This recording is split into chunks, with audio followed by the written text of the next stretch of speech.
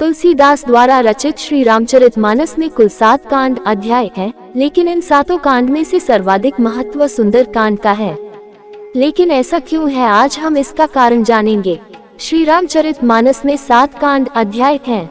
सुंदर कांड के अतिरिक्त सभी अध्यायों के नाम स्थान या स्थितियों के आधार पर रखे गए हैं। बाल लीला का बालकांड, अयोध्या की घटनाओं का अयोध्या कांड, जंगल के जीवन का अरण्य कांड, किष्किंधा राज्य के कारण किष्किंधा कांड, लंका के युद्ध का लंका कांड और जीवन से जुड़े प्रश्नों के उत्तर उत्तरकांड में दिए गए हैं। सुंदर कांड का नाम सुंदर कांड क्यों रखा गया? दोस्तों, स्वागत है आपका मेरे इस चैनल मिथिकल कोश में। यहाँ आपको धर्म अध्यात्म से जुड़ी हुई जानकारियाँ मिलती रहती हैं। तो मेरे साथ जुड़े रहने के लिए मेरे चैनल को सब्सक्राइब जरूर कर लीजिए और अगर आपको मेरा वीडियो पसंद आता है तो इसे लाइक और शेयर जरूर कीजिए। साथ ही कमेंट में जय श्री राम, जय श्री हनुमान लिखना मत भूलिए। हनुमान जी सीता जी की खोज में लंका गए थे और लंका त्रिकुटाचल पर्वत पर बसी हुई थी। त्रिकुटाचल पर्वत यानी यहाँ 3 पर्वत थे। पहला सुबेल पर्वत, जहाँ के मैदान में युद्ध हुआ था। दूसरा नील पर्वत, जहाँ राक्षसों के महल बसे हुए थे और तीसरे पर्वत का नाम है सुंदर पर्वत, जहाँ अशोक वाटिका निर्मित थी। इसी अशोक वाटिका में हनुमान जी और सीता जी की भेंट हुई थी। इस कांड की यही सबसे प्रमुख घटना थी, इसलिए इसका नाम सुंदरकांड रखा गया है। सुंदरकांड का है विशेष महत्व। अक्सर शुभ अवसरों पर गोस्वामी तुलसीदास द्वारा रचित श्री रामचरितमानस के सुंदरकांड का पाठ किया जाता है। शुभ कार्यों की शुरुआत से पहले सुंदरकांड का पाठ करने का विशेष महत्व माना गया है।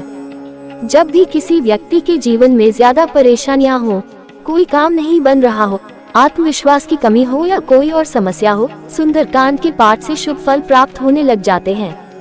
कई ज्योतिषी और संत भी विपरीत परिस्थितियों में सुंदरकांड का पाठ करने की सलाह देते हैं। जानिए सुंदरकांड का पाठ विशेष रूप से क्यों किया जाता है। सुंदरकांड के पाठ से प्रसन्न होते हैं हनुमान जी। माना जाता है कि सुंदरकांड के पाठ से बजरंग बली की कृपा बहुत ही जल्द प्राप्त हो जाती है। जो लोग नियमित रूप से इसका पाठ करते हैं, उनके सभी दुख दूर हो जाते हैं। इस कांड में हनुमान जी ने अपनी बुद्धि और बल से सीता की खोज की है।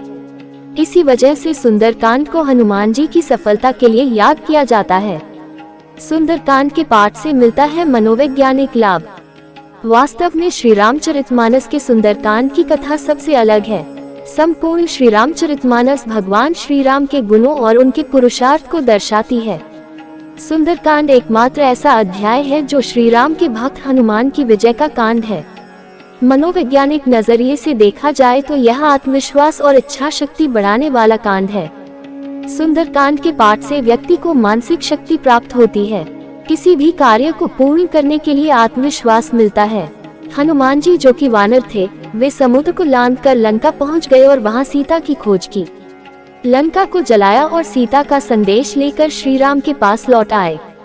यह एक भक्त की जीत का कांड है, जो अपनी इच्छा शक्ति के बल पर इतना बड़ा चमत्कार कर सकता है। सुंदरकांड में जीवन की सफलता के महत्वपूर्ण सूत्र भी दिए गए हैं। इसलिए पूरी रामायण में सुंदरकांड को सबसे श्रेष्ठ माना जाता है, क्योंकि यह व्यक्ति में आत्मविश्वास बढ़ाता है। इसी वजह से सुंदरकांड का पाठ विशेष रूप से किया जाता है। सुंदरकांड के पाठ से मिलता है धार्मिक लाभ। हनुमान जी की पूजा सभी मनोकामनाओं को पूर्ण करने वाली मानी गई है। बजरंग बली बहुत जल्दी प्रसन्न होने वाले देवता हैं। शास्त्रों में इनकी कृपा पाने के कई उपाय बताए गए हैं। इन्हीं उपायों में से एक उपाय सुंदरकांड का पाठ करना है।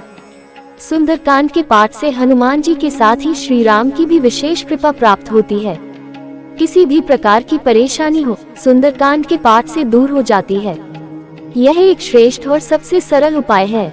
इसी वजह से काफी लोग सुंदरकांड का पाठ नियमित रूप से करते हैं। दोस्तों, आज की वीडियो में बस इतना ही।